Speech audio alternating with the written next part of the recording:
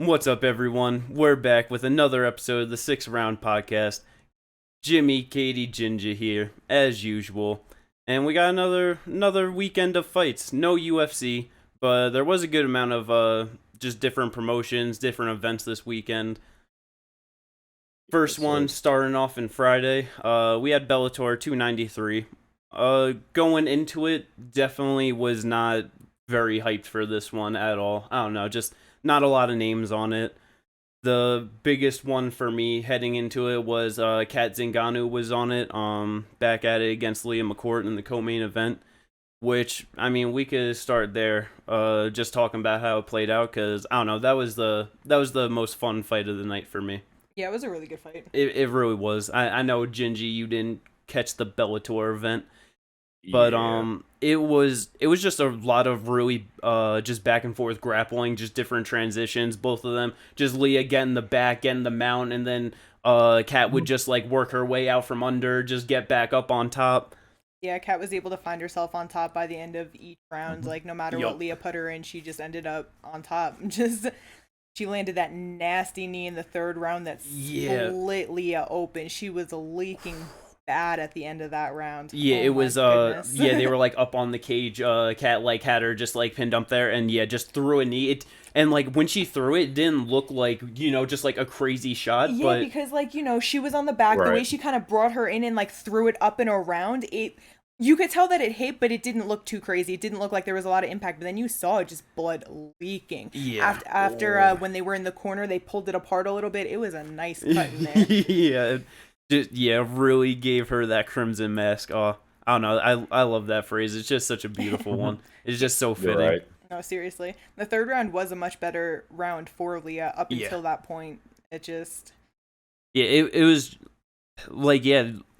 Every round Leah was doing good, but then it was just like Kat got the better of it. Yeah, just towards like the midway or like, just 2 minutes left, Kat would just find out, like, just get a better position and just end up doing a little bit more, just getting like, a little bit better of it. Yeah, ends up with swelled her left eye up by the end of the first round, I believe it was. Yeah. She just was getting the better of the exchanges.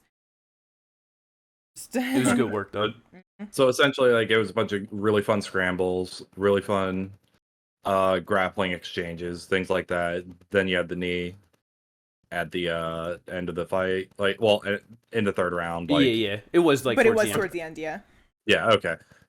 Yeah, okay. It was, and I mean, there were a couple of moments of just Kat doing some kind of classic Kat things where it's just like, what the.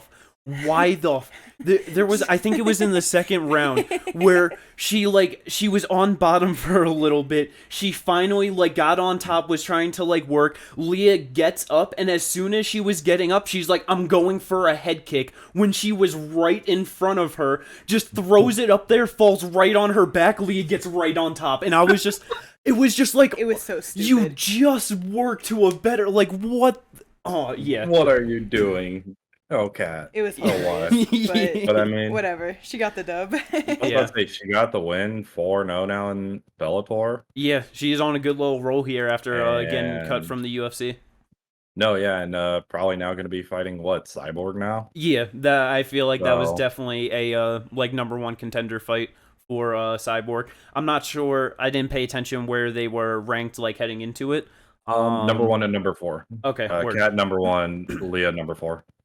Hell yeah. So yeah, it's Kat's probably getting that title shot next. Yeah, it makes sense. She has to. She's the biggest name like in Bellator, yeah, exactly. That division other than Cyborg.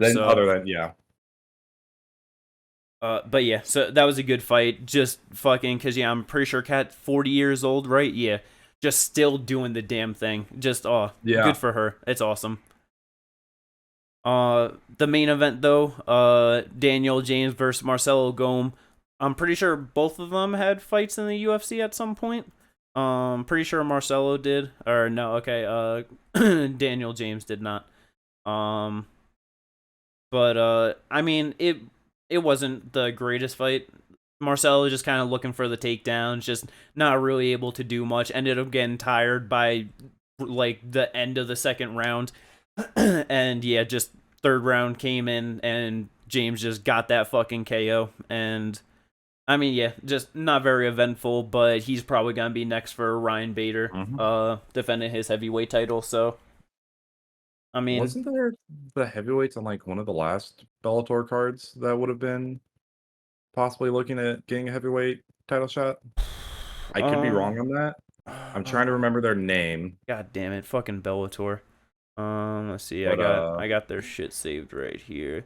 Let me go to their events. Are you gonna show I me believe old it ones? was it was either at 292 or 291 that I'm thinking.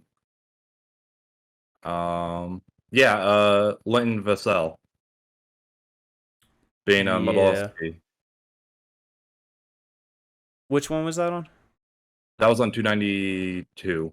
The 292. Usman Benson card, yeah. It was right before the co-main event. Yes, yes, yes.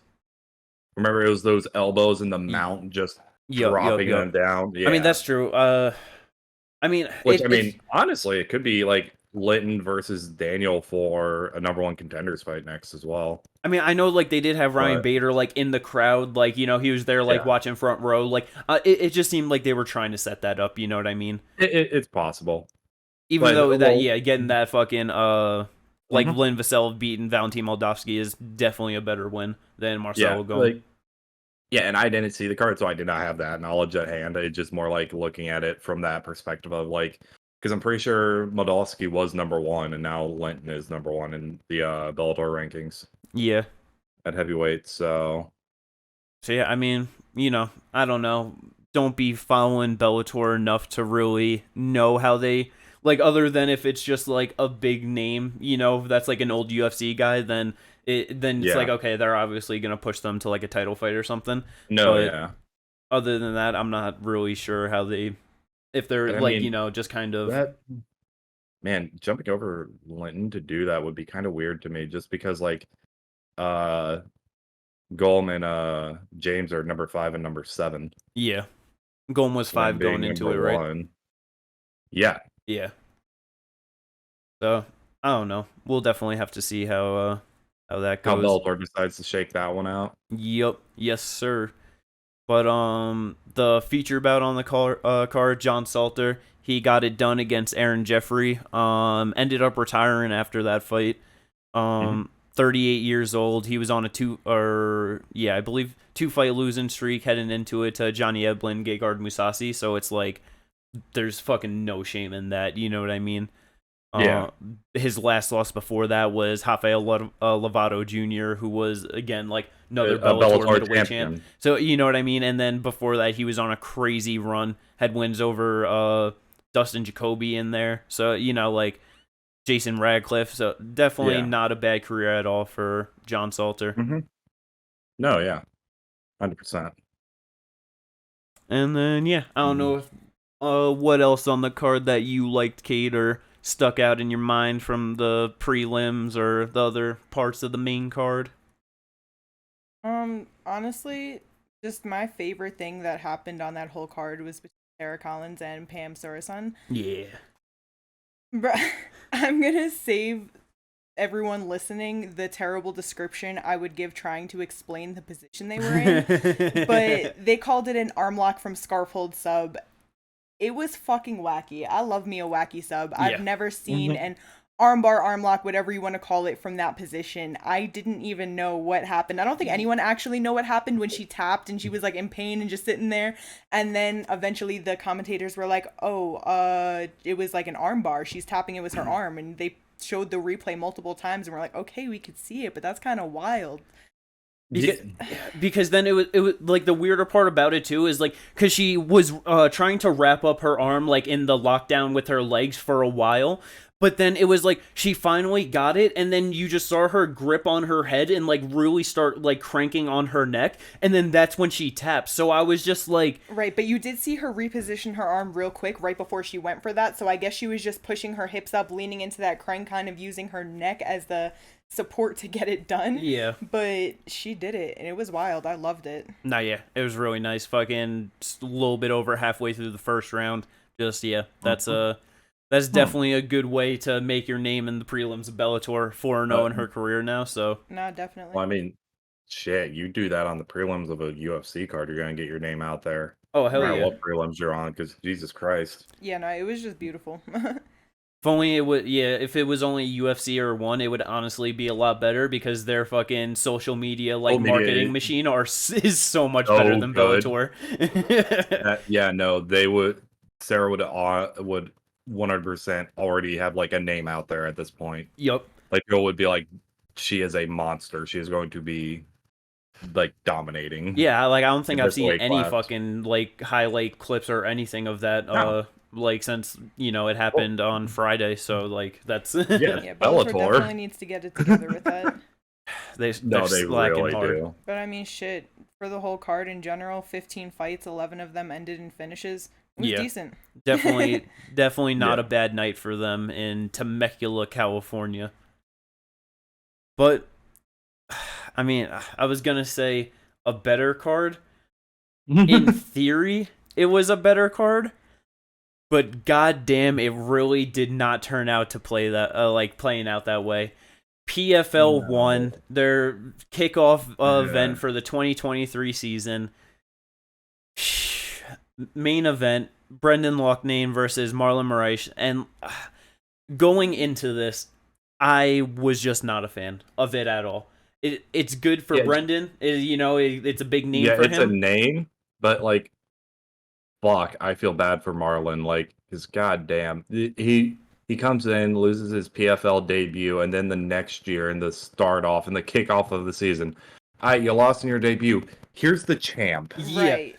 Like, God, a guy who didn't even make it into. I don't even think Shaman made it into the bracket last year, and. I don't think so, but he got finished in the third round to him, and like you said, now here's the fucking champion of the season last year. Yeah, it's just like, goddamn PFL, y'all are fucking ruthless with your matchmaking. Holy shit, they really are. There are no fucking favors given at all. Oh hell no! It's just like, damn, really? That's how you're kicking this off? Okay. Nah, seriously, but at least he didn't take much brain damage. Yeah. He took damage. He was for sure hurt. Oh, yeah. Because heading into it, Marlon, a 5-fight losing streak, lost 6 out of his last 7, all 6 of those losses by finish. And he gets finished 1 minute 11 seconds into the second round. Like you said, not via brain damage, but via leg kicks. Yeah, the leg kicks were nasty. Those low calf kicks were no joke against with Loughnane. I was just sitting there, like every time he was getting kicked, just like, oh my god, that was terrible. And Brendan knew it, like. Oh yeah. Oh yeah. What was the point in going down and beating the shit out of him when you could just have him stand up every time you knocked him down and kick him again? You know what I'm saying? Thing. Like every time he fell, stand up, do it again. Stand up. Yeah, you see so many fighters that like they knock them down and they're just like, oh, get on top, and it's like, no, stand them up and just do the same thing that just led you to knocking them down. Shit, Makayev, he won because he kept it on the ground with his leg being fucked up. Mm-hmm. That's the only reason why he won. The Makayev fight, and I know Jimmy will remember this one. Remember when Sean O'Malley had hurt his leg against that one dude and he kept shooting in for double leg takedown? Sukumta. Yep. Yes. Why are you shooting in for double legs? His leg is fucked. Kick his fucking leg. Hey, this would... Okay, yeah, but the literally worst IQ play I have ever seen in a fight, Sean O'Malley was hopping on one foot. That's how fucked his leg was. And Andre was just like, take down, get on top, stay on top. And, take down. And then he just couldn't do nothing. Round end, Sean O'Malley wins the decision. And then Joe Rogan does his interview with him as O'Malley's laying on his back, like, can't even get up. That's crazy. All he had to do was stand up, back away, and be like, get up. And Sean be like, I can't do that. And he would have won. Yeah, he would have won. Hell, while he's on the ground, start, ripping those leg kicks while he's on the ground as well. Yeah, but it's like, God, just some of these, like, Brendan was actually smart with it and actually was like doing what we've all said to do when this shit happens. Just no, back off, let them out to their feet, rip the leg.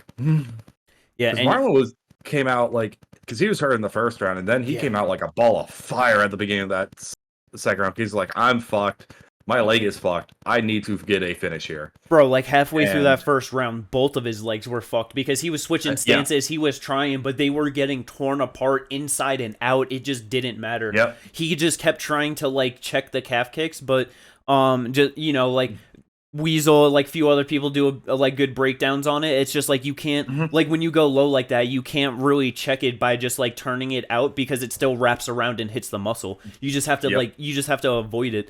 And that's just what Brendan was doing. You saw Marlon trying to throw the leg kicks back and he just kept like sliding out of the way, trying to get out of the way, get right back in on him. And it just Marlon for Marlon, like 23-12 now and one draw. Just damn. Yeah, it's just such a shame. Like he just going from like one of the like most fearsome marauders of the like UFC bantamweight to division, and now on a 6-fight finish like losing streak. Yeah, and honestly, like we've talked about before, like his split decision win over Aldo, he should have lost as well. So he should really, it's like should be 22-13-1. Like 8-fight losing streak, 7 by finish, like that. God damn, like it sucks because it just that Henry loss. Like I don't know if it was just that loss that did it for him. Just Father Time just is like, Father Time's undefeated, and it comes at you whenever it wants. It doesn't just like, oh, you're this old now. Okay, now you're going to start. Like sometimes it's just like, it just decide. I don't know if it's accumulation damage on his body, like what it is exactly that ended up causing this to happen. So before the Henry loss, like just looking through Tapology, like he lost a decision to a Sun Tzu in the UFC, and then way back in 2011 he got arm triangled in the first round, and then he had 3 losses before that in just like some other organizations, but it just says loss, it doesn't say regional. How. So there are just some people where you just get like knocked out, you get finished, and you just aren't the same after one time. You know what I mean? Yeah. And so it's just very much possibility that like the damage he took from Henry and like it just changed him. And I mean, even then he took a lot of damage against Aldo as well. So and if anything, like I'd probably guess if like where his chin actually broke, it was probably from like getting knocked out by Corey. Like he got wheel kicked, and then he came back 2 months later to fight Rob Font, and then he got knocked out, like just getting dropped with jabs in the first round. I honestly think that was the one that like solidified it. That if he took more time off, took actual time off from the Corey fight, I think his career could have been so much different. Well, I think his career might have also been a little different if you because then he went on to take 9 months off, and then he fought Rob Devashvili, and he almost had him finish in that first round. Yep. Like, if he was able to finish that fight in the first round, the way it looked like it was going to happen, I don't know if everything else changes, but, like, he would definitely be in a better... He would have been in a better spot than losing that via finish and then fighting Song Gadong and losing via an uppercut. He probably would have been in a title fight after the Marab fight. Honestly, like, because at that point, Aljo was champ. Like, he already has a win over Aljo. Like... They would look at it and be like, hey, it's a rematch. This is a big money fight. This is a pretty big fight. You can get some, hype around it because the rematch, the knee that knocked out Aljo was insane because he went for a kick and it just, the way Aljo went in. Yeah, it was going in for the takedown. Knee just landed on the chin, just stiff. Done. Stiff as a board. Stiff. Snapped him in half. Like, goddamn. But, yeah. Yeah, it's just I just really want to see Marlon retire. That's just at this point he has skills where he can beat like some people just at a way, if he takes just a really big step down in competition. But I just want to see him retire. At this point, I think it's for the best if he does. Yeah, it's definitely for the best if he does. Yeah, oh man. But yeah, so main event, good for Brendan, gets fucking 5 points in the PFL. Because anyone that doesn't know how the PFL works, so like with the opening fights, they have 2 fights that are like the preseason basically or whatever, like the I forget exactly what they call it. But if you get a decision win, you get 3 points, and then you get bonus points depending on the round you finish them in. 1 in round 3, 2 for round 2, 3 in round 1.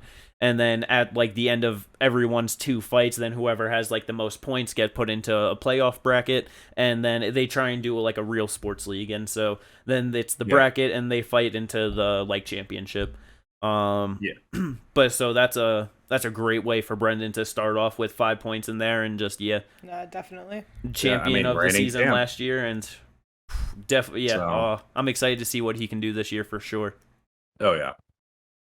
But moving on to the co-main, another champion in the 205 weight class last year, Rob Wilkinson, just been doing such good things in PFL since leaving the UFC.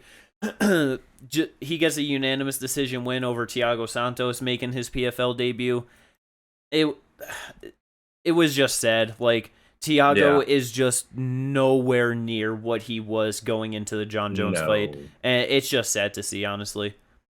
It really is. With the way his knees just destroyed themselves in that John Jones fight, being 35 at the time of that, now being 39, and his like whole style was based on explosiveness, athleticism. Hmm. Like, not being able to do that, it really shows like the holes that were in his game that were being covered up by his Oh yeah. explosiveness, by his athleticism. And so now it's like, yeah, he's not able to do what he was able to do before those injuries had occurred. Mm-hmm. And He, so, like, when you used to be able to have like, he would be able to get pressured, and like he would back up, but he had good mhm, movement, being able to like move around the octagon, use that yeah, to land devastating kicks, lining you up into big kicks. Just like his blitzes were so dangerous to like, just his counter punches, like everything was just so dangerous, had just so much power on it. But like, you could just see all of that's gone. He's just way more stiff. The movement isn't there. He's just way more hesitant to throw anything. When he does yep, throw his big kicks, like, other than just like, I feel like normal roundhouses to the body, those are still pretty good and explosive.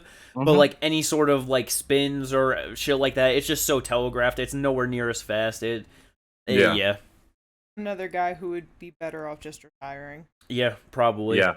It just, I mean, I obviously mean, not on the same losing streak as Marlon and like losing in the same fashion, but statistically he's still 1-6 in his last 7, the same with Marlon. yeah, 39 and years old. Yeah. I was about to say he's also 4 or 5 years older than Marlon. Yep. Knees were destroyed in the John Jones fight. His athleticism isn't there. His explosiveness isn't there. I don't see him doing very well in the rest of the PFL tournament. He might be Nah. able to get some wins, maybe over some people, but like, he's not that guy anymore. And I think it would be better to hang him up at minimum at the end of this season of PFL. No, yeah, 100%. Other than that, Gingy, what were some fights on that main card or prelims that you were excited for, or or Like, thought were good or anything? I mean, like, on the prelims, I do not remember much of them at all. To be really, the one that I remember is Martine Hamlet winning Yep. via that face crank in the first round. Hmm. And then, yeah, it was that and the Movlid and Kudo fight. Just because Kudo was at first, because I knew like Kabylev is really good grappling and all that. Kudo was doing a very good job at in the first half of that first round, Yeah. defending, and so I'm like, okay, this might actually be a really interesting fight if he can keep this standing. Yeah. And then he just started getting taken down Right. and taken down and taken down. And Yeah. so, Uh, like, it was just a lot of like that fight went the way I expected in terms of Movlid winning via unanimous decision via, just pressure and yo. grappling pressure and just being able to take him down and just hold him there. Yeah. Like, it improves to 20-0. Like, Yeah. he is a fucking monster. Mhm. He's definitely not an easy fight for sure. But No. that's the thing. There were good performances like on the card, but there really weren't any great fights like on. There's nothing that was a standout. There was no standout performances, is what I would say. Even with just how lackluster the fights ended up playing out, also just the broadcast itself. Oh, the broadcast was so bad. I do They not had know so what many was going mistakes, on. like, There were so many points, so like, I don't know exactly how it was for you, but for us, there were points where like the screen was just going blue and like glitching out and stuff, going crazy. That happened Constantly throughout the night. A fight would end or something, they would just show like a zoomed out version of the whole place. Yeah, the whole crowd. arena with just only faintly hearing whatever music was playing in the arena. Then the sound would stop and it would just cut to a black screen and it would just sit there. And then we were just like, is it frozen? Like, what? And then it would just be like, oh, okay. And then multiple times it did freeze because remember, dude rolled the shit out of his ankle. And they went to go show the replay, and it froze on the replay. Yes. And then you heard the bells go, and then they were like, it stayed paused, and then they finally got through it, and then they're showing the fight. Yeah. And I was like, holy crap. They had so many technical issues. They tried to bring up the tail of the tape at one point, and their names were cut off like at the top of the screen, so they pulled it back real quick. One of the fights started, they went to go put in like the graphic that they have at the bottom, and it was at like the top of the screen, so they pulled it away real quick. And I don't know what was going on with PFL last night. That was insane. Pretty bad, but This is PFL on Jake Paul. First one of the season. Shit, to get it together. They hired a new crew. Yeah. They're teaching them some new things. Teaching them some new things. But that's the thing. You have Jake Paul and just all the backing that they do have with the PFL, and then being on ESPN. Mm-hmm. Bryce, 2023. How the fuck is this happening like that? Like, what do you mean? They're trying to let AI control it. That's why. The thing is, you guys weren't like able to watch, some of the prelims and all that. Yeah. At the very beginning of the prelims, when I first pulled it up, there was like their IP address, the name of the event for all this shit, like what their overlay like that is, thing like that pops up over the screen. No, this wasn't even like when the UFC it's happened where it's just like the IP address across the screen. No, it was like a whole overlay of like IP address, what the event was called, where it's streaming to, and all these different things. And it's just like, what the fuck is going on? Bro, that is ESPN is such consistent dog shit. I don't even think that one was on ESPN. I think that one was straight up on PFL's crew. ESPN's the broadcasting like fucking network, so I'm just blaming it all on ESPN. That's the only consistent thing between PFL and UFC for so many errors. Yeah, but that's kind of the thing. Like you guys let's be serious. I've never had really that many problems at all, if any problems with the UFC on ESPN. Like, I've never really had a problem with the ESPN. Well, you lucky piece of shit, then. So, if I fucking throw that shit in full screen, there's a fucking 95% chance within 5 minutes it's not fucking playing. Really? Yeah. Huh. And it obviously it ain't like none of my shit. It's just like it's only ESPN. Like I don't. If I'm watching any other fights, like if I'm watching Bellator on Showtime, Amazon, like everything else works fine. Yeah. I was supposed to say, does UFC Fight Pass work for you at all as well? Like it just works completely fine. Yep. Yeah. Crazy. That's weird. Yep. Either way, though, Movlid had a good performance. Bubba Jenkins got a win over Chris Wade in the rematch. Good performance. Other than that, nothing too crazy on it. Yeah, there was no standout performances. Yeah, really was hoping for a better event in the PFL return in the start up to 2023, but hey, you can't have it go perfect every time. Nah, that just isn't gonna happen. But I mean, there has been a good amount of fucking shit going on like last week or so. Just different headlines popping up, different fight announcements and shit. Mm-hmm. Wait. Huh. We're not going to talk about the other fight card that happened? Shit. I totally forgot. I have it here. I just forgot. Yeah, it just slipped your mind. No, I get that. It did.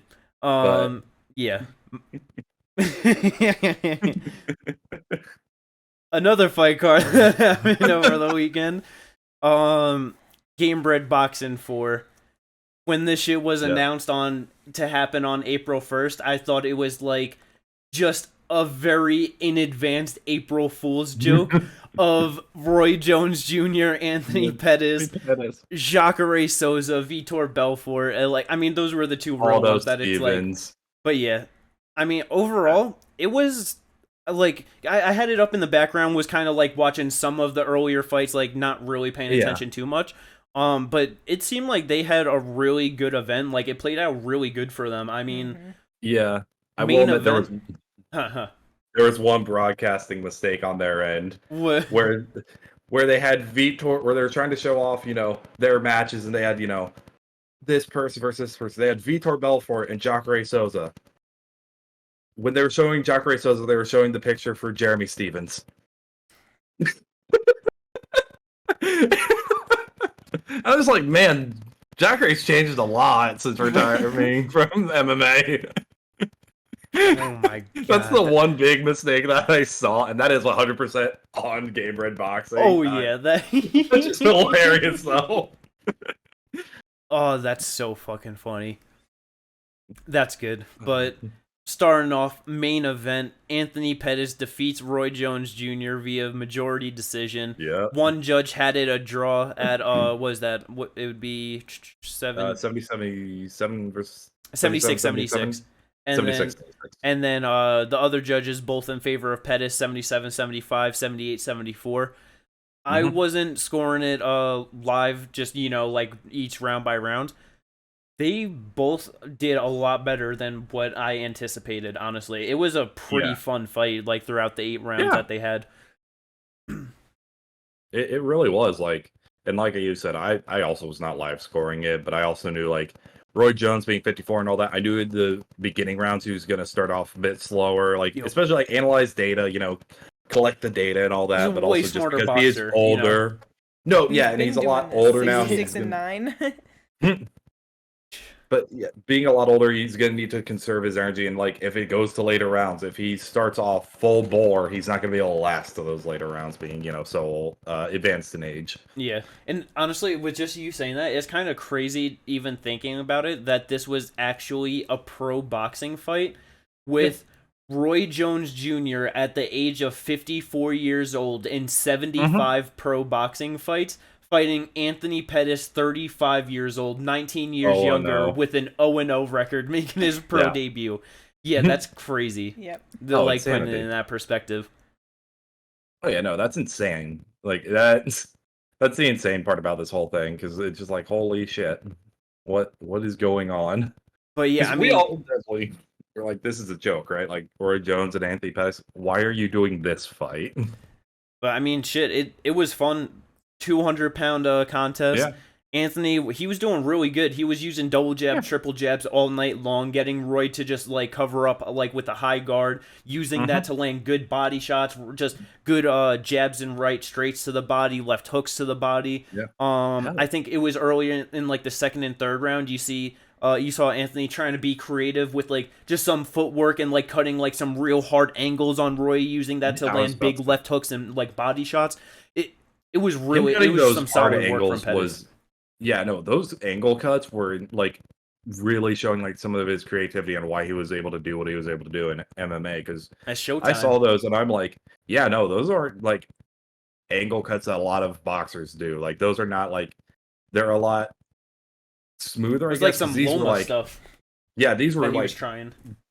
Boom, like hard, just dart, then hit the angle, like.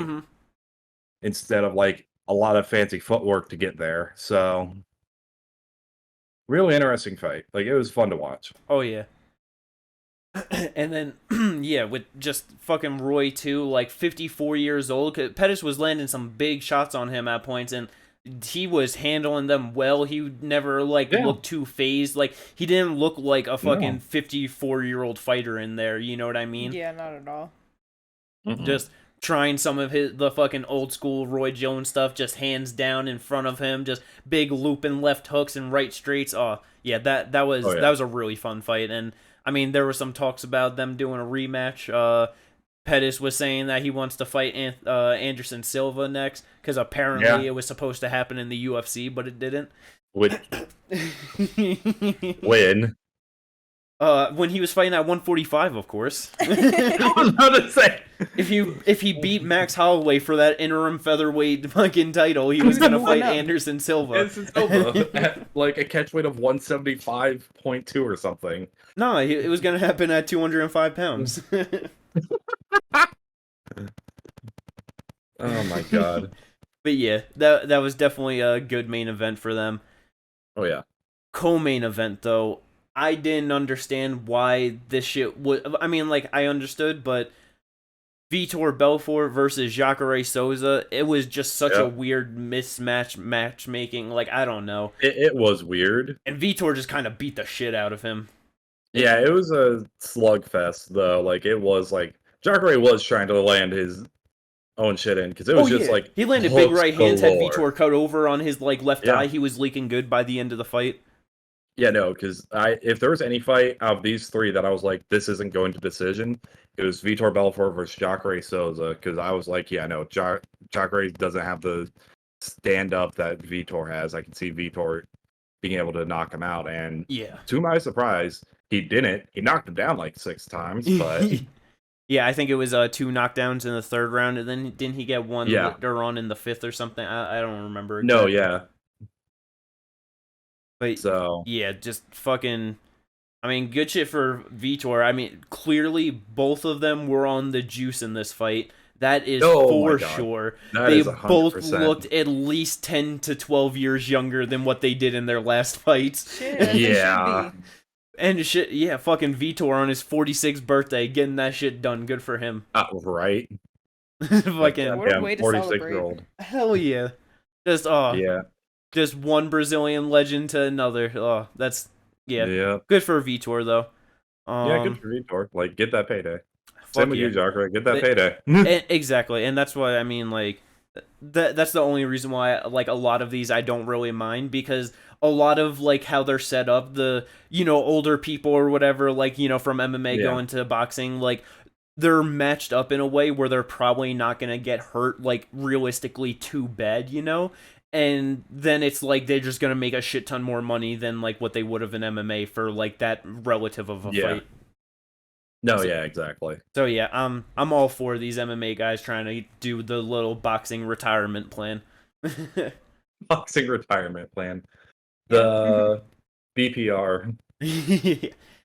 I mean, someone that's really fucking on their way with that boxing retirement plan, though. Motherfucking Jose Aldo, the king of Rio, versus Jeremy Stephens. Goes to majority draw. I'm pretty sure one judge scored in favor of Jose. Yes. Yeah, 58 to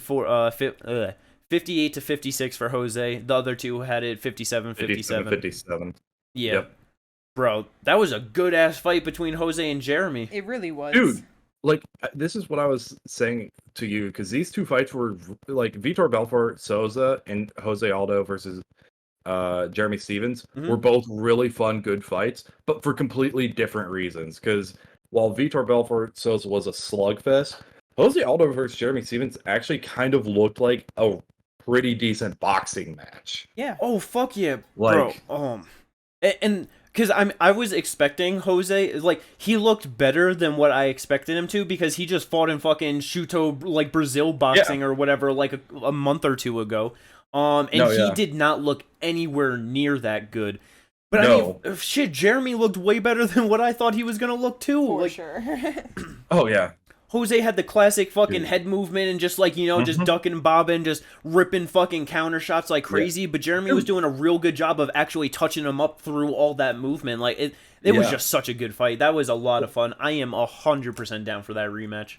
Oh, I'm 100% down for the trilogy as well. But, like, holy shit. Speaking of, like, Jose Aldo looking as good as he has been, like, dude, the speed on some of his fucking punches, like, he had a combo that was like, yeah, most of it was on the guard, but it was like a 6-7 punch combo that like ripped in like less than a second. It felt like holy shit. The speed of Jose Aldo was on full effect. You think Jose's on that sauce too? Jose might be on that sauce. Probably. Fuck it, put everybody on that sauce. Let them Put fight. everyone on that sauce. I mean, yeah. So, I mean, shit. Fucking main event. How do we think Anthony Pettis got up to cruiserweight? Come on now. Yeah, he was with he was a probably on the large, salt. healthy diet, Jimmy. A lot of horse meat, Horse a lot meat. of pasta. Let's go. Horse meat and pasta. But yeah, no, like, and honestly, I was telling you guys, I was watching the Aldo Stevens fight, and I wasn't like live scoring it. Like, I wasn't giving like each round like, oh, 10-9 Jose, 10-9 Jeremy. But yeah, as I'm watching the fight go on, especially like throughout the sixth, and I'm like, yo, this fight might go to a draw. This has been an extremely even fight throughout all 6 rounds so far. Like, no one's really like, because Jose would land a combo, and then Stevens would land a combo, and then Jose would land a combo, and then it just kept going back and forth in like a very technical way, the last where it 30 wasn't like a seconds complete too. war. Yeah, in the last 30 seconds, like they just start both swinging of each them other. Holy just shit! going after it. Oh, it I was love just that. beautiful. The love between both of them too. Afterwards, Yeah, Right, the right respect. after. I will admit, just Jose hearing this 57s, and just audibly yelling, "What?" I also like think that it's really funny too, because I feel like so many people hated on Jose, not necessarily hated, but like when he was just in the UFC and like as the champion, and it's just like, oh, like, you know, he doesn't speak English, like, you know, just like doesn't do any of that, and then dude comes into Gamebred Boxing, fucking, it wasn't a lot of English, but hey, he spoke some fucking English at the end, and I was just like, and because the whole time he's talking to Jeremy, and like it was funny too, because like he's just kind of covering up as he was talking. I was just wondering, it's like, nah, like no one can hear or like know or what he's saying in English or anything. Like they can't know that he can actually speak it. And then he's just like, yeah, let's go rematch. Like I'm down. Like, and I was just like, oh, that's so funny. Just not doing it. Like, yeah, but just at the end of his career, just fuck the UFC. Like, no, yeah, and I'm just saying here, like now that you mentioned that, just the Chael Sonnen to the Anderson Silva thing. What are we doing here? He sits here acting like he can't speak English. We have to hear it a second time from Ed Soros. Number one, he does speak English, and number two, we can replace Ed Soros with an app I can download on my phone for $9.99. What are we doing?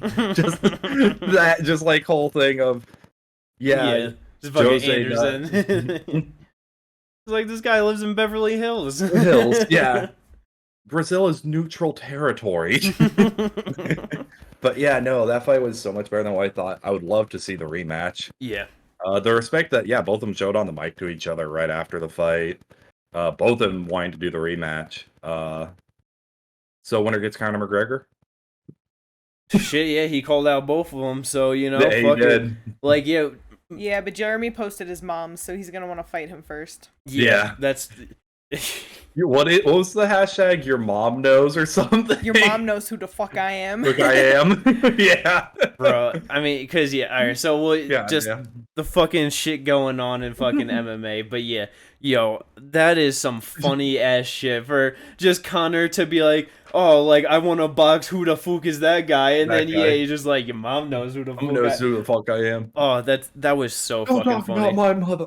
Don't you ever talk about my mom. I know, that, as soon as I saw that, that's why I said to Kia, Michael Chiesa. That's all I thought about, was just like, damn. Oh my god. Poor Chiesa, don't you ever talk about that man's mom. No. But yeah, I mean, fucking Conor also saying that, he wants to box Jose. He did not apparently take kindly to that.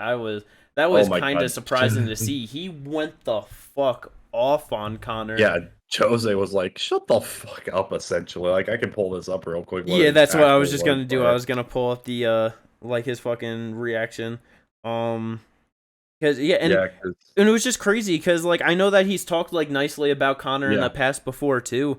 And he just, he really just... He goes off, he says, Conor is an asshole. He only talks now because he has a fight book, and does so to sell anything, not to actually fight. He's a son of a bitch. Conor, tell him to suck a cane field of dicks, this son of bitch. We should have fought in the UFC, and he never wanted, and now he's talking shit nonstop. Yeah, and then Conor was just like, damn, like, fucking alright, I was just trying to be, like, nice, but, like... He's trying to be nice. Well, like, that's the thing, Conor, right after he beat Aldo, and he was like, no, we'll do the rematch. never even considered doing the rematch. Of course he wasn't going to do the rematch. That means he would have to defend his title. Come on, man. Yeah, exactly. That's the thing. Fucking. Oh, Connor. But yeah, that shit is funny. I mean, shit. Connor versus fucking Aldo in boxing, I would not mind that at all. Or Aldo versus Mayweather in boxing, I am also okay with that. Because he's been saying that there's been talks for a while. So I mean, I know he didn't get the win here. Gets a draw in a fun fight though. Floyd, I feel like having a draw with a fun fight, that's probably even better for a Floyd fight, because then it's like, all right, he had a fun fight with Jeremy, he might be able to bring a fun fight out of Floyd. You know what I mean? So yeah, exactly. But yeah, that was definitely that was a good one. Yeah, that would be some good fun. Another fight that is rumored that holy shit, this would be some good fun. I feel bad for him, but motherfucking Merab Dvalishvili versus Umar Nurmagomedov. It is fucked up that the UFC is even attempting to book this.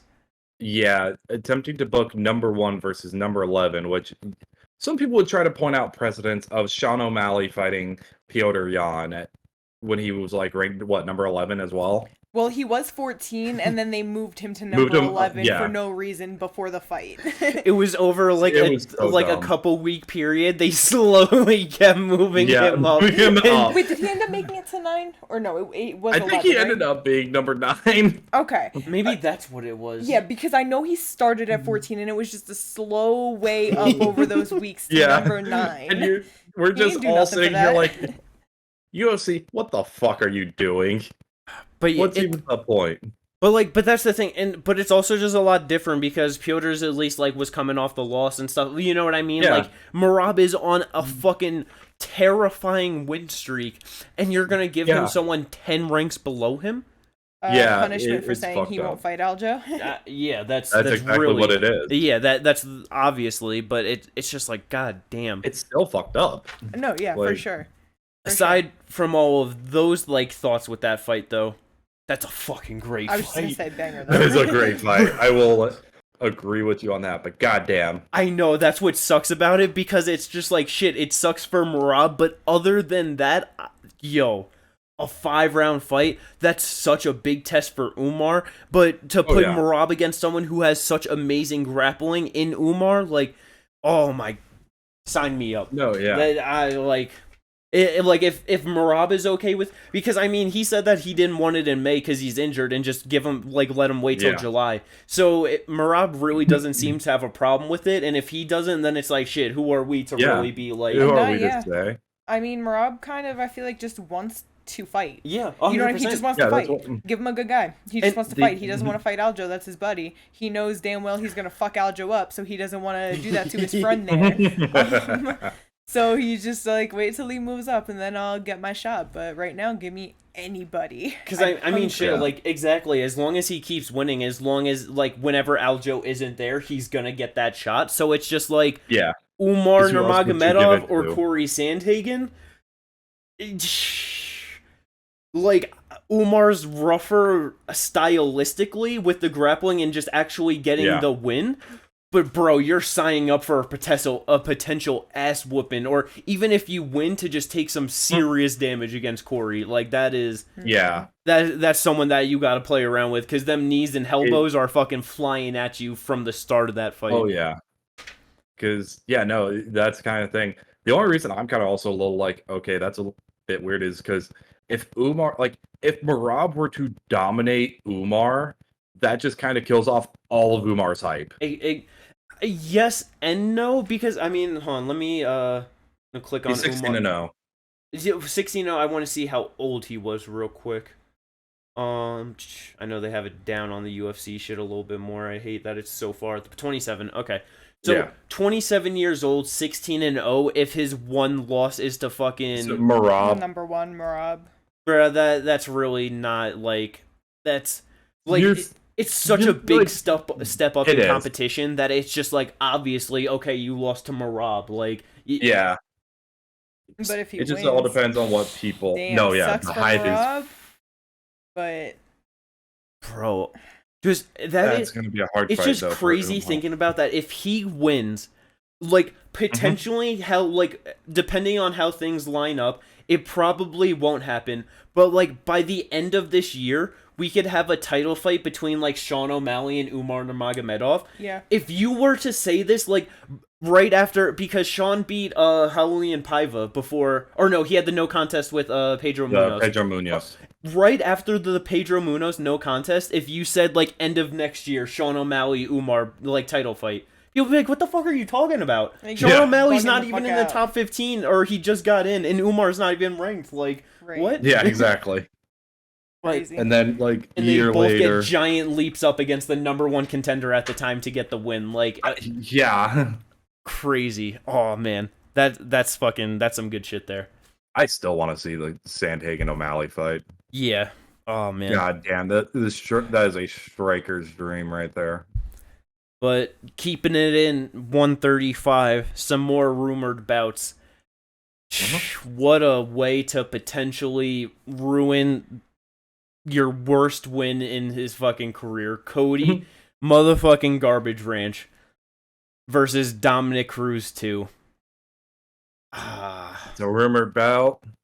I can understand it to a degree. Bro, what if he just puts on But- like the same exact performance? That'd be hilarious. I was about to say the same thing. Like, what if He's it's like, just this is what I was made for, was fighting you, and you're You. damn right I'm gonna do it again. Yeah, exactly. It's like, no, I just have Cruz's number. TJ has my number. Cruz has TJ's number. That's just how this works. That's all it is. Don't worry about it. Man, it's just like fuck, because even if he wins that, it's like, bro, Dom Cruz is ranked number 7 on the UFC rankings. Yeah, he gets like, ranked like number 8, 9, 10, and then Like- and then potentially fight someone like a fucking like Marlon Vera gets knocked out, and then That's- it's like, yeah, what like are what we even they're- doing here? Yeah, like what they're giving. Oh my god, I can already see that he beats Dom Cruz and gets Marlon Vera coming off that loss. Like that's. Oh my god, yeah. I very much hope that's not true. After his last win, he said he wanted to fight Hani Yahya. I saw that Hani Yahya has a fight lined up. I have no idea why there's some beef, but let's do that fight. Yeah. Let's just Well, like Cody actually- fight someone that's not gonna knock his chin off, or put him into a fight that like with a win against someone that's gonna knock his chin off. Bonnie just comes in and knocks I his can chin see off. another potential. Heh. If he fights Dominic Cruz, wins.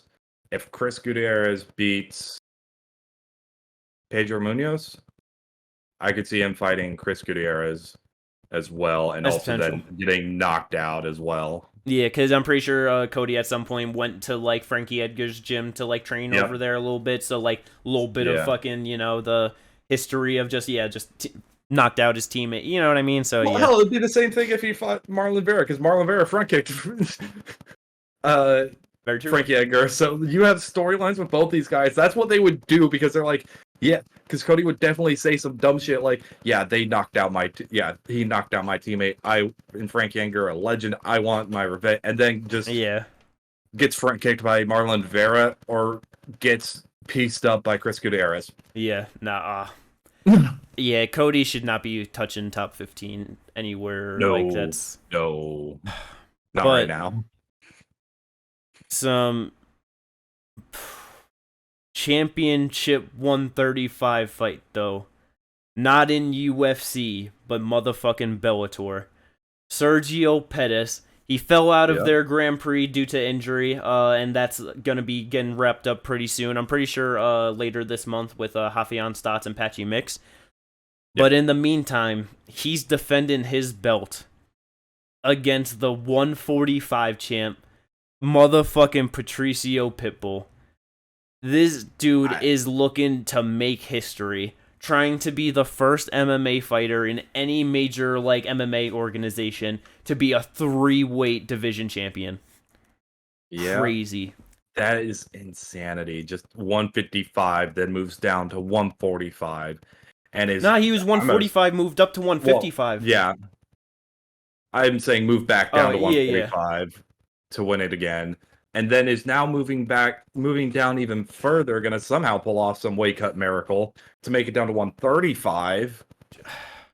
I mean, like his actual like height and like frame, I feel like he is more built like a 35er, honestly. He Yeah. might be, but just the fact that he's been able to fight at 55, and like it would be interesting to know what his like walk around weight is, because if he walks around like 170, 175, that's a hard cut. See, I don't know. I feel like I wouldn't be surprised if he's around like 160. No, yeah. Like I don't know. I don't know. He's just got to pull off that Jose Aldo diet. You know what I mean? Just he's a 45er, and I mean Jose could have moved up to 55. You know where like Pitbull did, but then he's just like fuck it, going out on 135 and just gets it done. And I mean that's such a fun fight though. Sergio Pettis versus Pitbull. Oh yeah.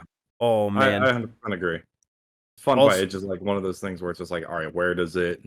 Is he going to be able to make the weight? What is it going to look like at 135? Yeah. Considering we've never seen him fight at that weight class. We've never seen him make that big of a cut. Yup. Yeah, it's just so many factors. Just, oh man, that's going to be good. Also on that card, though, you got Vadim Nemkov defending his 205 title against the fucking soldier of God, Yoel Romero. That, I mean, you gotta understand, this dude's like, what, 87 years old now, I'm pretty sure. Bellator's gotta get him into a title fight as soon as possible because you don't got much time left on him. But I was about to say, this about to be one of the crazy. What? I said 87 is crazy. What? He's 44, 45? Yeah, he's like 44, 45, something around that age. Yo, this is gonna be potentially worst Bellator title fight in Bellator history. I don't know. I think Vadim might be able to get something out of Yoel. Vadim isn't Izzy. He's not someone who just stays back and is going to throw a Bro, I think everyone other than Robert Whittaker is terrified of Yoel Romero, alright? Like, I don't... That's true. Those are the two. But Polo's too dumb to understand. Polo's too dumb. And Whittaker just is... war. Yeah, he just wants wars. He's just fucked in the head. He went there for 25 minutes against him. He's like, nah, I'll do it again. Yeah, I'll do it again. He's like, it feels like I'm kicking steel, but, you know, I'll do it again. Yeah, that's... Bro, fucking Yoel's a monster, but if this dude is able to get a Bellator title, oh my god. That's fucking good for him, man. Good for him. Fought for the... I want to say he fought for the Strike Force, one of the Strike Force belts, right? Am I wrong on that? I don't remember. You are definitely much more of like the knowledgeable person on the older school stuff than I am. Because I feel like I'm remembering this correctly, and if that's true, that if he easily somehow could have. If he doesn't win the belt here, I know for a fact he never won one in the UFC. We all know that. Two-time Scott Coker champion. No, I don't think he ever won the Bellator one, is what I'm saying. Or Strike Force. Made his promotional debut against Rafael Conte. You on Wiki? I'm looking to see if there's ever any title belt in the organization. Gotcha.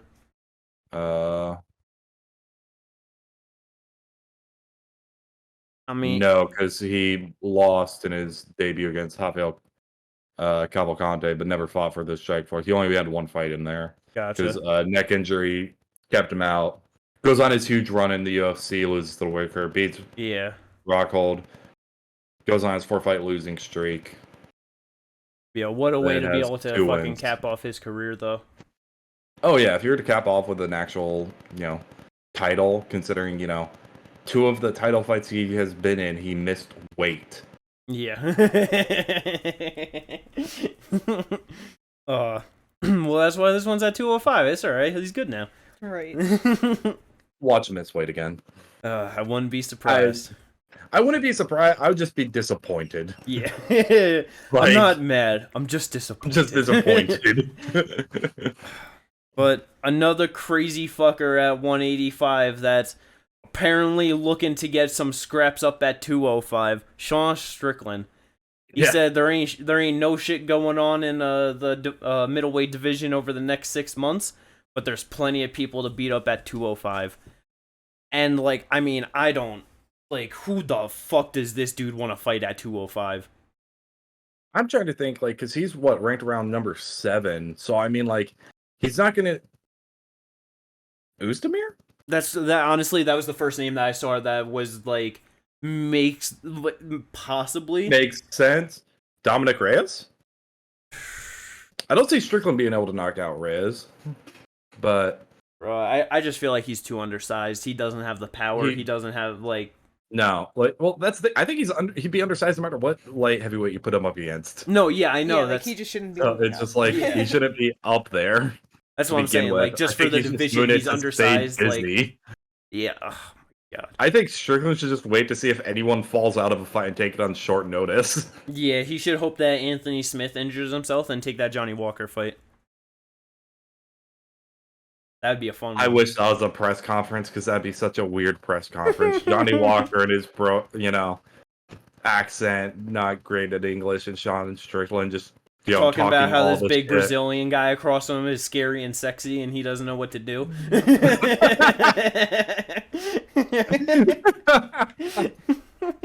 What'd be funny is they're both ranked number 7. Yeah, so. I know. Oh, no, man. Please do that, actually. So that way I can get an easy win with Johnny Walker beating Strickland. No. Oh, man. But yeah, that's... And I mean, shit, what does Strickland mean? Roman Dolidze just lost. I mean, and he didn't take a shit ton of Roman Dolidze versus Strickland? That'd be a fun scrap. I wouldn't mind it. That wouldn't be a bad fight. I don't know. Maybe just one's bigger names, more fun fights. Maybe. I don't know. Yeah, it could be. Who knows? Because he's obviously not going to rematch Cannonier. Yeah, nah. Vittori's not willing to move to fight that far down. Really, honestly, right now with it's either Hamzat's either going to be fighting Paulo Costa or possibly Vittori. Because you say Paulo is fighting Vittori? No, I said Paulo. I said Hamzat might fight Paulo or Vittori. Okay. I thought you were saying Hamzat or Paulo might fight Hamzat or Vittori, and I was just like, what the hell? Come on, Hamzat or Strickland? Yeah. And Strickland. Hamzat and Strickland, same time, triple threat match, let's go. But no.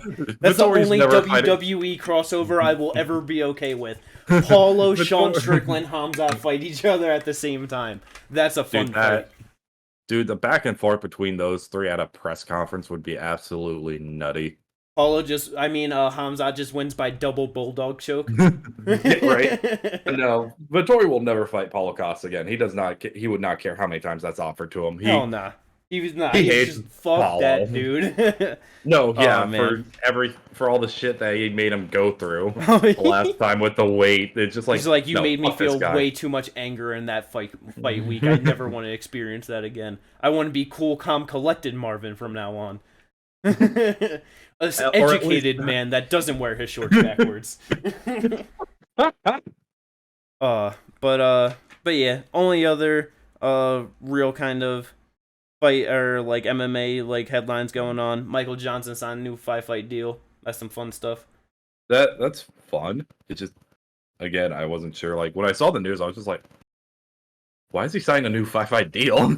Yeah, Michael When Johnson. did this happen? But there has been some actual fight announcements going on, though. Yeah. And there's been some fun ones. By far, biggest one of them all, Nate the Train versus Dan Ige. No, it's not the biggest one, but that is a funny one. It's not the biggest. It's one of the fun. It's one of the more fun ones. That is a really fun fight. But I think they need to add a bet to this fight. Winner gets the 50K nickname. But nah, the real biggest one, big step up in competition. Ilya Topuria facing Josh Emmett, coming off his interim title loss to Yair Rodriguez. Not too long of a fucking break at all after fucking getting fucked up from him. So not at all. Not that much, but I mean, most of the strikes were from the guard. Yeah, they took. He was choked out. It's not like he took huge damage. It's not like he was knocked down like 4 times. Yeah, in a 5-round still took some big shots though. It's still like he probably should take a little bit more time, especially like the way his weight cut looked like it went. Holy shit! Talk about Skeletor. But really, like, because there was rumors for a while who Ilya was going to be fighting next, because there was either a lot of rumors of TKZ and Ortega. Yeah, yeah, and I'm glad. I am glad it is not TKZ. Oh yeah, Thank you, MMA He's got to gods. retire too. That's oh man. Like, thank you, MMA gods, for not doing that to us. Yeah. But some other fun fights announced: Matt Schnell versus David Dvorak. Matt Schnell is always down for a scrap. Just, Bro, you could, just every fight card, just put on Matt Schnell versus Brandon Royval. Just have them fight each other forever, and you'll just always have a fucking banger. No, right? Carlos Olberg back against fucking goddamn what's his name, Ihor Poteria, the dude that just retired Shogun. And then Tatsuro Taira back too. So definitely excited for that. Hell yeah, always fun for Taira. But that about's gonna wrap up the fight news and MMA news, all that. Looking ahead to next week though, I'm just fucking scared because it's like, damn, PFL this week, it was good card on paper, but it turned out to be bad. PFL next week, not the greatest card on paper, and I'm just like, shit, I'm just hoping that turns out to be good. But main event, opposite. Yep, that's what I'm hoping for. Probably the biggest notable thing for this, no longer women's lightweight for the tournament. It's women's featherweight. Larissa Pacheco taking on Julia Budd in your main event. She won the tournament last year at 155. Makes sense because they clearly had it as lightweight for Kayla Harrison, and she was not about to make 145. No, she did it one time, but there ain't no way that she was doing it 4 times in 8 months. That's for damn sure. And yeah, so with her not competing in the tournament this year, it makes all the sense that they just dropped it to 145. Because you have really no female fighters outside of Kayla Harris who are like natural 155ers. Yeah. And because, even Larissa, I just feel like she's blown up at like 155. Yeah. She can definitely, I feel like she is better at that weight. Like, it's not just like so much extra mass as it is for a lot of other women, but like it's still 145 is probably going to be a lot better for her. Yeah. Because I mean, she was fighting in the UFC before they even had their featherweight division. She was fighting down at 135. Like, that's kind of the thing. Like, a lot of the fighters they were going to get were mainly like going to be natural bantamweights or maybe with a couple of natural featherweights, but that 155 was just, it was really was for her, and then also when Clarissa Shields came over, because she fought at 155 as well. Yeah, that's true. So it just but without either of them in a tournament that were going to be in the tournament, it's like, what were you doing with that? Exactly, just doesn't make sense. But I mean, it's like we said, women's featherweights and then also men's heavyweight for this card. Co-main event, you got Bruno Capoloza back. He was the tournament winner in 2021. He's fighting Mateusz Scheffel. I mean, I'm just excited for Bruno.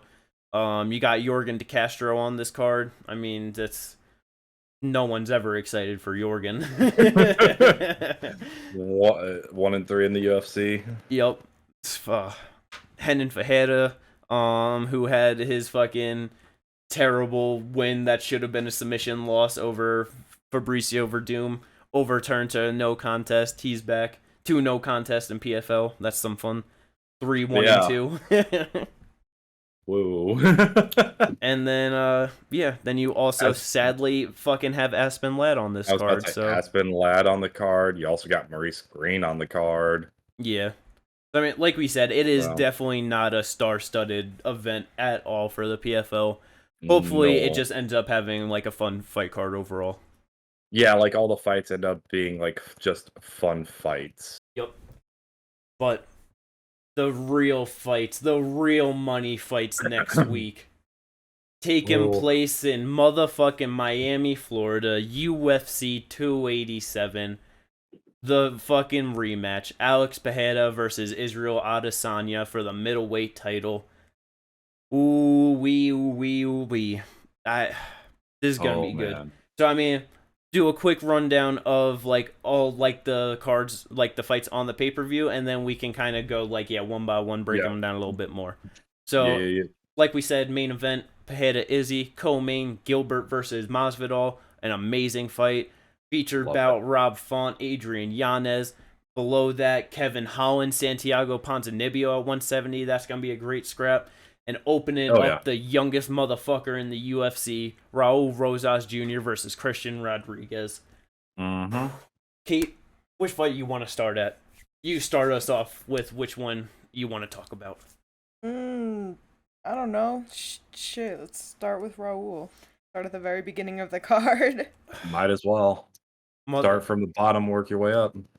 This fucking kid, he has the most ambition in the fucking UFC. Yes. Oh my god. This dude, he just turned 18, but before he even turned 18 at 17, this dude's like, nah, I'm going to be the 135, 145, and 155 champion in the UFC. Right. He won on Contender Series and was like, I'm going to be triple champ.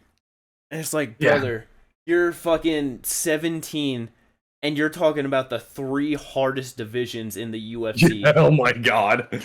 Like, even just looking at their champs right now, Aljamain Sterling, Volkanovski, and Islam Makhachev. You're saying you're going to stand above those 3 divisions? He said, I've been watching the fights. I know the flaws in everyone. I could beat them. Well, oh my god. Even Aljo is like, listen, I like the ambition, but wait till you get here, kid. Like, you think you watch and you know, but... Calm it down a little bit, because even then, like, just some of the contenders, because like 135... Marab, Corey, Marlon, 145, Yair, Max, Ortega, Allen, Ilya Taporia, Islam Makhachev, Oliveira, Poirier, Gaethje, Dariush, Fiziev. Like, god damn, these are Shark Tanks. You're saying you're going to be triple champ? Yeah, no, he needs to just take it slow, kind of the way that it's been going. You know, he's about to fight Christian Rodriguez, who's 25 years old, so he's not that much older than him. He's 1-1 in the UFC currently. That's what's crazy. He's 25. He's still 7 years older than him. I know. And low-key, that shit does make a difference because, like, that's, like, a whole, like, fully developed brain and, like, generally developed person to a teenager. Yes. Who is, It's but I'm saying at least it's not, I don't know, 25 is better than a 29, 30-year-old who's been doing it for a long time. I mean, he beat physical, like... Whatever. Yeah, like... I just hope that he keeps getting... I mean, we'll see how the Christian Rodriguez fights go. But I just hope that he keeps getting fights that he doesn't take too much damage and he's able to just do good in so that he's not accumulating so much damage at such a young age and then he ruins his career by 24, 25.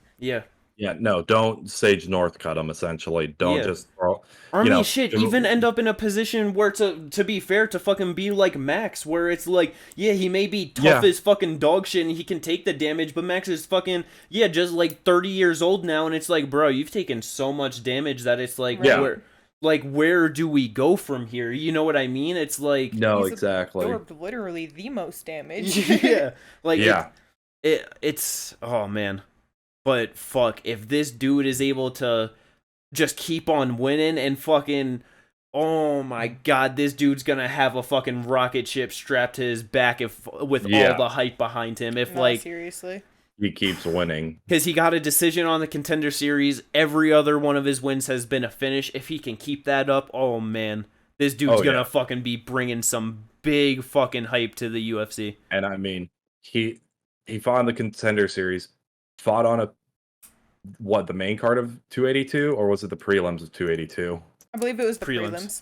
I think he might have been like the prelim headliner. Yeah. It was the prelim headliner, and then is going to be then on the main card of a UFC pay-per-view. He has only been on pay-per-view since actually signing to the UFC. Yeah. Which is wild, And it's like, the fucking amount of pop and fucking, like, just the cheers and applause that he had in his fucking debut fight. Like, everyone knew who this kid was in that arena. You know what I mean? Bro, how can you not? I feel like even people that don't watch fights probably heard about the 17-year-old that got signed. You know what I mean? And and to my point earlier, of just the UFC marketing machine. They just get that shit out there. Get it in front of people. Get people thinking about it. Get them, just get people excited. It's just really what you got to do.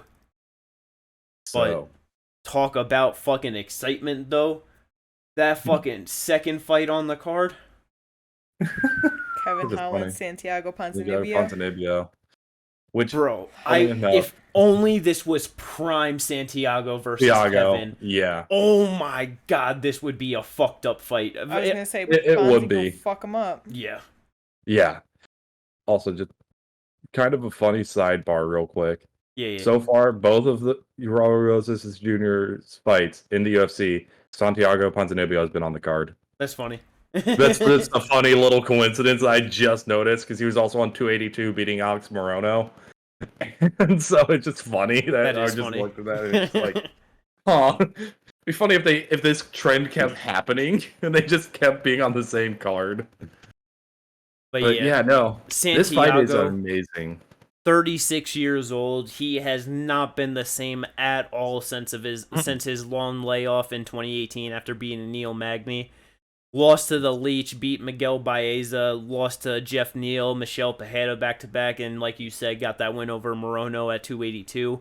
Yep. But, I mean, Kevin coming off of his own fucking rough loss to Stephen Wonderboy Thompson, main event of last year. Ooh, this is going to be a fun fight, though. They're both going to go for it. Oh, this easily has potential of fight of the night all over it. Oh, yeah, and even then, like, him beating Alex Morono, that was Morono coming in on short notice, because it was supposed to be, like, an actual, like, old man's fight, because it was going to be, Ponzinibbio at, 35 probably when this fight would have happened, versus Robbie Lawler. Yes. Yep. That would have been a fun fight. Oh, my God. Especially if it was both prime Lawler and prime Ponzinibbio. Oh, my God. Too much blood. Too much war.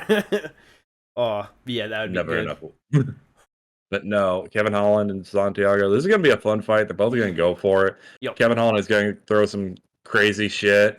Oh, yeah. He's going to be doing low IQ shit, but going for fun shit all the time. That's just, it is what it is. Oh, yeah. He's not going to fight smart, but he's going to fight fun. Oh, yeah, 100%.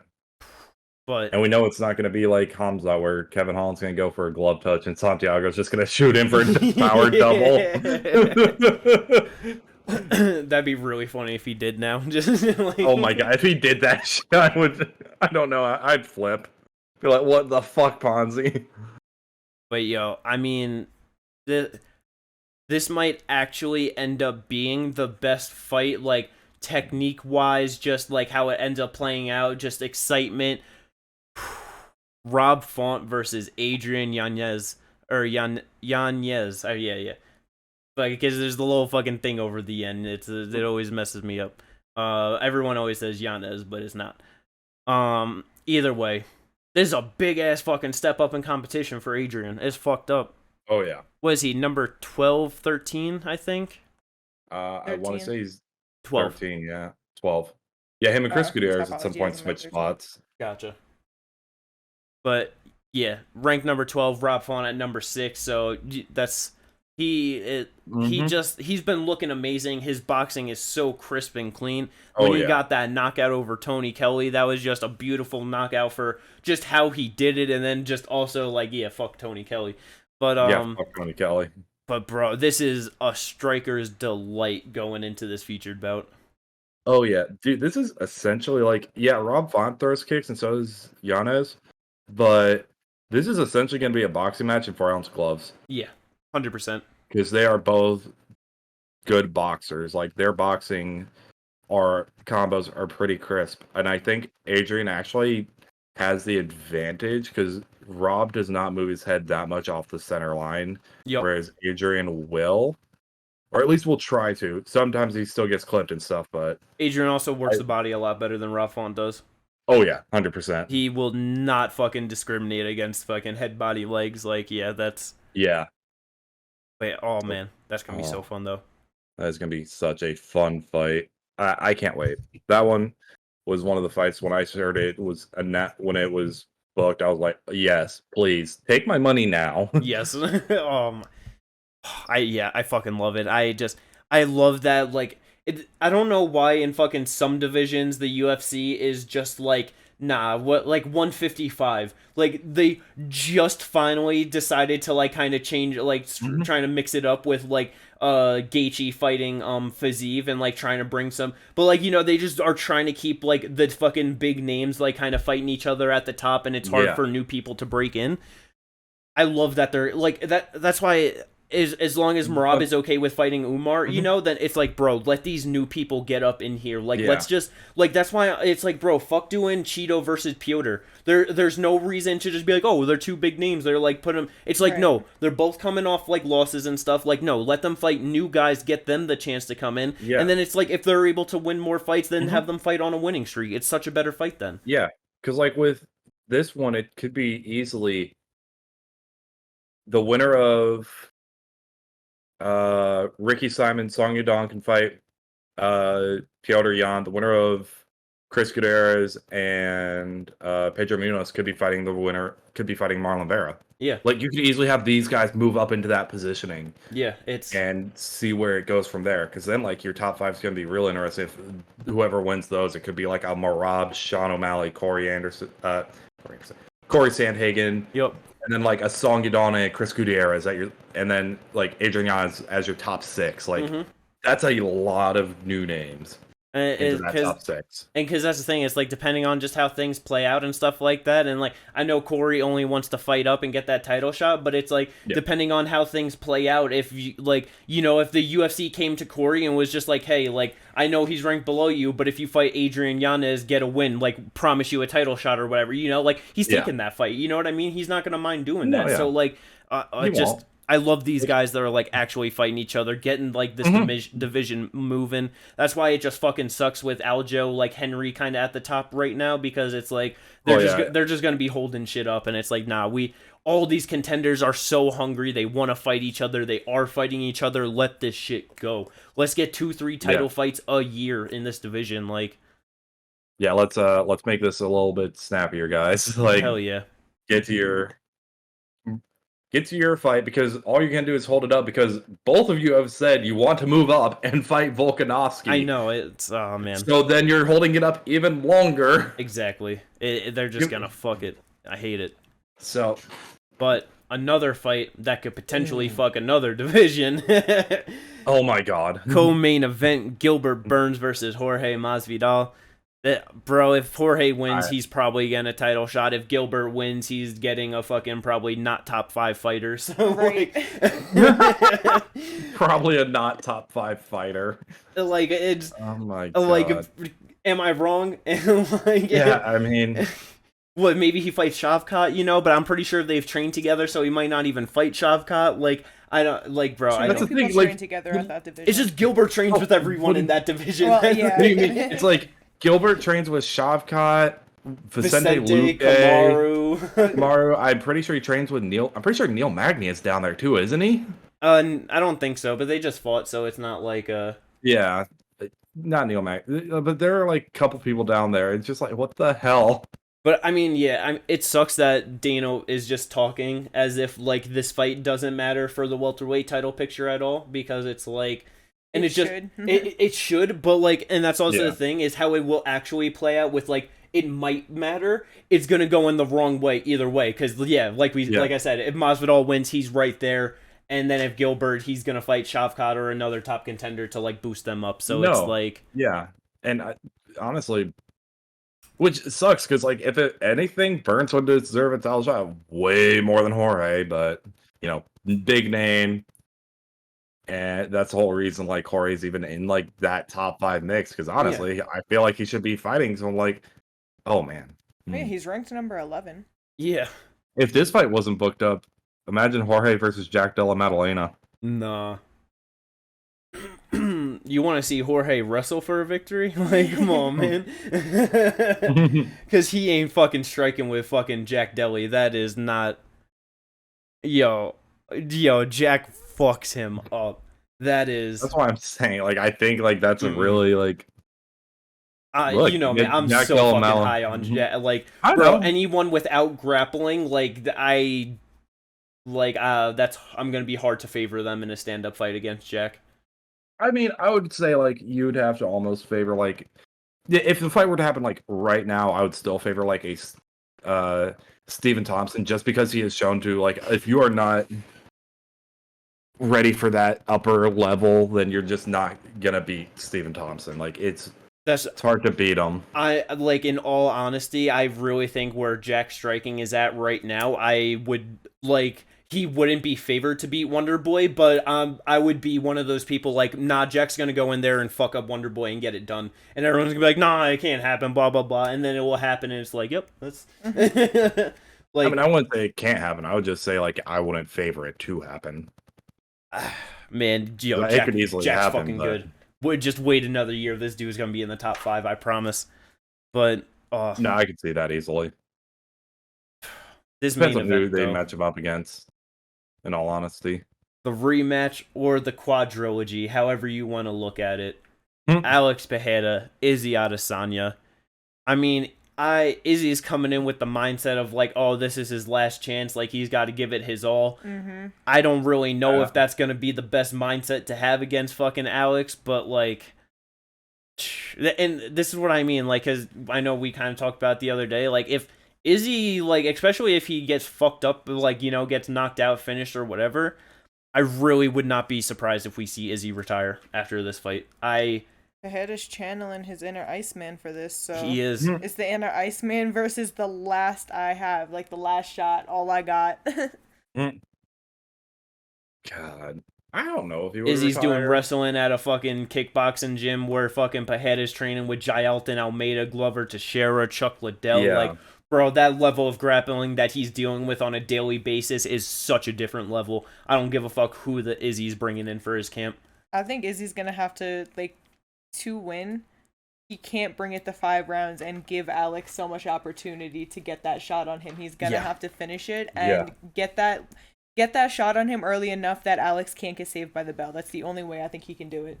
On it, I agree.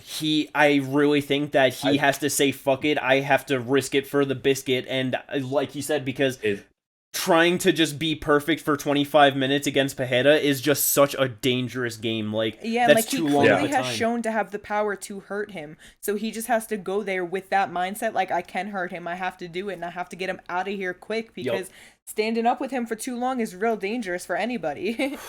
No, exactly. And that's kind of the thing that I think is the thing is Izzy needs to come into this fight and be the aggressor, not be the counter striking. I'm going to stay at distance. I'm going to try and move. No, that has not worked against Pereira 3 fucking times. Right. You have to change what you are doing. If he has a plan to try to, like, wrestle with him, grapple with him, I don't think that's a good one. That's not the path to victory. That's not what's going to get him there. Only time he got him down in the first fight was when Pereira was trying to take him down, just kind of messed up, like, you know, with throwing him over, and he was able to just get up on top, but he wasn't able to do shit with there anyway. Like, no, seriously. I really think his only option is to knock him out. Yeah. And knock him out early. I 100% agree with you.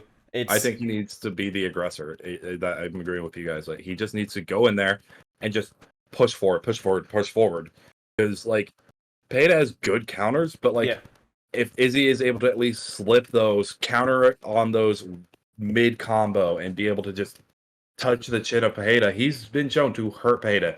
Exactly. If there was 5, 6, 7 seconds left in that first round of that first fight of their first MMA fight, he would have won that fight. Exactly. Yeah. So, yeah, I very much agree. That's because, like, he's got to get, like, with being aggressive and going. It's not even just, you can't just try and walk him down for the entire fight. Like, you just, like, it still gives him way too much time to land. Like you said, you just got to go out there and just get that shit done early and just be like, nah, this is my fucking octagon, and I'm taking this shit. This is my sport. This is my division. Like, yeah, exactly. Oh man. And then good for him is that Alex would move up after that. He wouldn't have to worry about him again, so he gets to he'd move up to business as usual. Alex just stays at 185 until he makes Izzy leave the sport. Childish. I don't think that the rematch would come so soon, though, because it's just the, Yeah. If Izzy were to, like, get it done, then it's like they're not going to go right back to the trilogy, like, in the Yeah, no, they're not going to do it now. Now, it would be funny if what you're saying is true, and if you think Izzy retires from MMA, goes back over to boxing because he did start off with boxing because he did boxing and kickboxing. Pei's just like, I vacates belt, retires, goes over to boxing. Just like, no, I'm beating you in every sport you go to, motherfucker. I don't care if it's table tennis. Childish, like, bro, you made Izzy your one ambition. Like, if he did that, that's how you know. Like, you have lived your life. Like, I mean, fuck it. Everyone needs to have goals and their own ambition that keeps them motivated. But damn, sucks to be Izzy. Like, yeah, right. It's like, damn, this dude really lived his whole combat sports life and career to just fuck me over, huh? A true nemesis.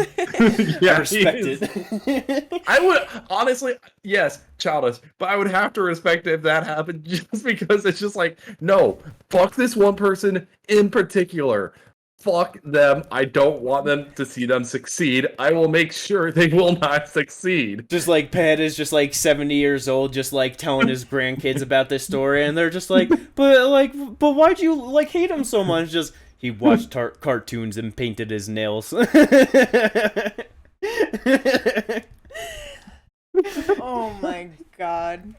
I want to know what the beef is with Alex Pereira and Izzy. Like, what is Alex Pereira's beef with him? Is there an actual beef? Because, like, I feel like there isn't. Because, I don't know, I ain't heard nothing crazy. They don't talk too crazy to each other. I think it's just a crazy coincidence. Like, I think that he just happened to beat him in kickboxing, and then, like, after doing whatever, he was like, all right, fuck it, like, I'm gonna come over to MMA too. Just broaden his own horizon, and, Izzy just happened to be there in champ, and UFC, Dana, whoever it was just like, let's capitalize on this. I mean, like, honestly, I don't think it was so much, like, coincidental, and I don't think it was just like, oh, fuck Izzy, because, like, he had, like, 1 or 2 MMA fights, like, way back, and then he had, like, the fights with Izzy. Izzy moved to MMA. He still kept on with his kickboxing career.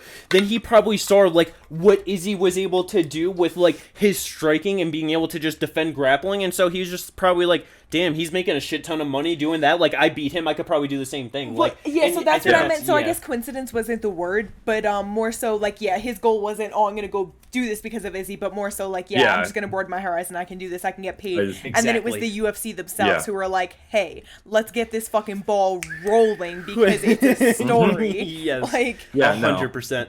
And so, and obviously, like, he's just gonna, like, with Izzy still being there, obviously he wants the belt, so he's just gonna play up that storyline, too, of, like, I'm coming for you. Like, no, but I wouldn't doubt if there was literally zero beef. Yeah. No issues, no nothing. It's just the way the cookie crumbles. Like, yeah, it is funny seeing, like, what, like, Pereira does, though, for, like, his, like, trash, because, like, he posted a picture of him sparring, and, like, the caption was Izzy's birthday, and then the date of this fight card as his death date. He was watching Izzy's fucking, like, reactions to UFC cards, him deciding to, like, cut his hair and beard to look like Chuck Liddell, like, the things this man does, like, it's insane. Like, it just does seem like he is entirely fixated on Izzy for some reason. I feel like it really just, like we were saying, it just plays into the story, and it's like, yeah, he's fighting him. Think about how many people leading up to fights are just so focused on the person they are fighting. It just sounds even crazier with their actual history. And then it's also just like, bro, it's like, dude's up fucking 3-0 against him with 2 knockout wins. Just keep throwing shit into his head of, like, just the doubt and the fucking, like, just all the mental games. Like, it's just smart, honestly. No, like, it is. I agree. Just strategically, it's smart. Like, just like, yeah, bro. Like, because.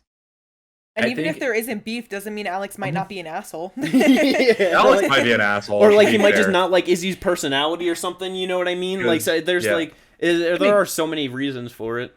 I mean, yeah, but to be fair, I have never seen Alex Pereira smile a day in my life. Like, any video Did you see that man on a roller coaster? I've never seen him smile. Did you see that video of him on a roller coaster? No. Bro, after this shit, you gotta watch it, because this dude literally took a fucking, like, 2-minute video of him on a roller coaster. This dude didn't smile one time. It's just literally him swaying with the movement. This dude does not smile. I swear. Any picture you see of him with a smile is Photoshop. I swear to God, because this dude just seems like he just is. It's just so straight face. Just maybe he's just insecure. Oh man, but yeah, it's Either way, UFC 287, that shit is it's gonna be a good fight card. I'm so fucking excited for that. I'm hyped It's for gonna this. be a great pay-per-view. Oh yeah, 100%. Definitely will be. But hell yeah. Because no UFC this week, no Tapology, didn't do Who's That Fighter. But hey, we still fucking went for an hour and a half of just talking about all these events, so let's go. That's gonna wrap it up though. I hope everyone enjoyed it. Thanks for watching, like, subscribe. We got all the fucking links in the description for all of our shit. But let's go. Have a great time. Catch you next weekend.